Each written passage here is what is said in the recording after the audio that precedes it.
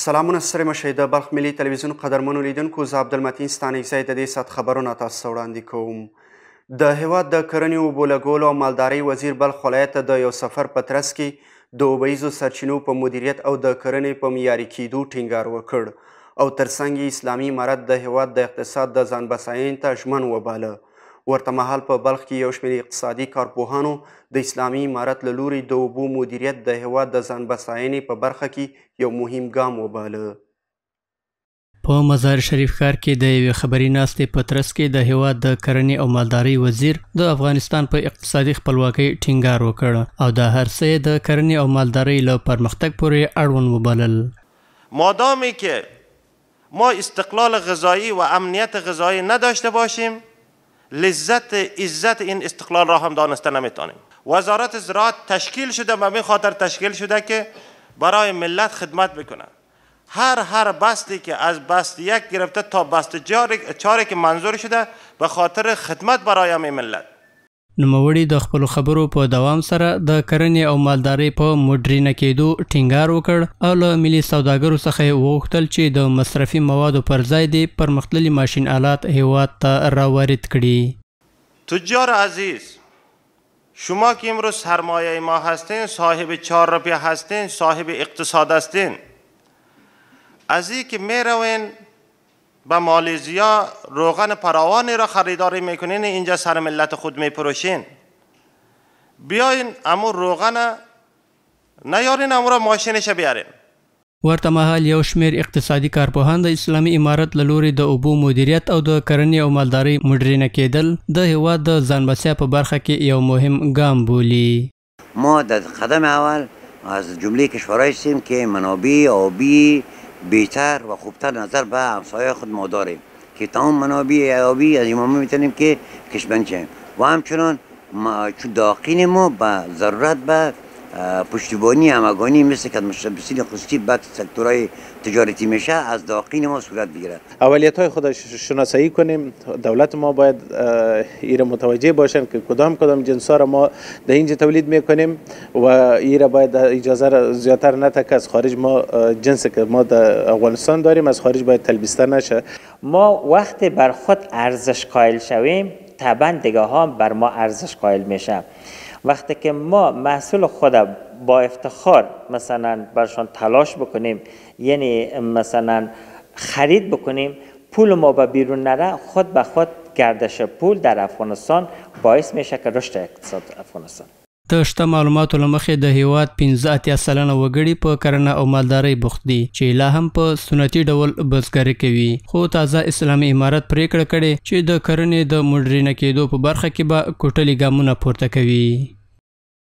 د بلخ ولایت مقام نوبتي غونډه د یاد ولایت مرستیال مولوي نورالهادي ابو ادریس په مشرۍ جوړه شوې وه چې په یاده غونډه کې د امارتي ادارو مسؤلینو خپل راپورونه غونډې ته وړاندې کړل او د ورځنیو کړنو په اړه بحث او خبرې وشوې.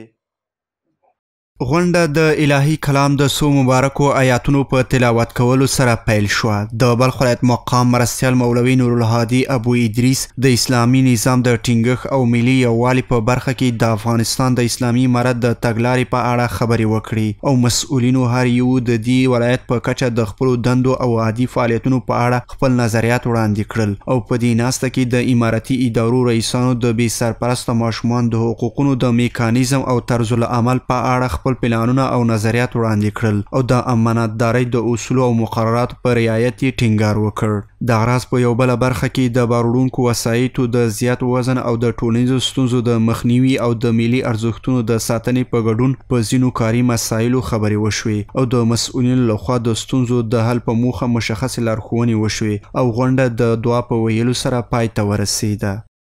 په بلخ او د هیواد په شمال زون کې د زعفرانو کروندګر وایي تیر کال یې تر 350 ټنو ډیر د زعفرانو پیاز کرلي چې د تیر کال په پرتله 10 سلنه پکې زیاتوالی ښایي.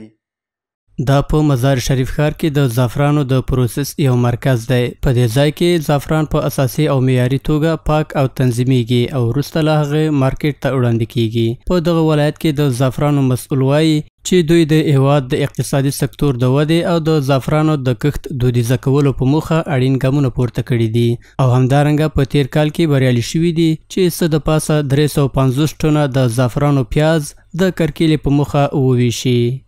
ما در سال گذشته تقریبا 350 تن پیاز زعفران از طریق دفتر مثلا هندرهند و بعضی از مؤسسات خارجی که مثلا اینا کار میکردن مثلا با 5 ولسوالی ولایت بلخ که نرشایی هست و دولت آباد، چمتال و چاربلک و قسمت های اخیر بلخ دیگه قسمت ها توزیع کردن و نظر به سال گذشته ما اگر گفته میتونیم که یعنی 30% افزایش زعفران نظر به سال گذشته داریم.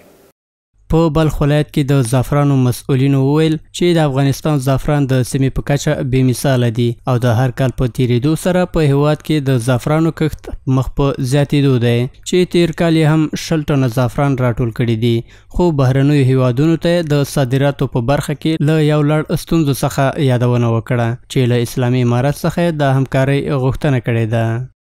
یک مشکل اساسی وجود داره که زمینه رفت آمد تاجر در بیرون از افغانستان وجود نداره. اگر دولت امارت اسلامی همچنان مثلا تلاش بکنه که زمینه رفت آمد تاجر هم برای تاجر مساعد بسازه این یک تاثیر خاص بالای صادرات محصولات افغانستان می داشته باشه. د یادولو وړ ده چې په کلنۍ توګه افغانستان څه د پاسه 20 ټنه خالص زعفران تولیدوي چې بیا له هیواد څخه بهر چین، هندوستان، ازبکستان، امریکا او اروپایي هیوادونو ته صادریږي. د بلخ ملي تلویزیون قدرمنو لیدونکو دا د دې ساعت خبرونه تر بیاخې چارې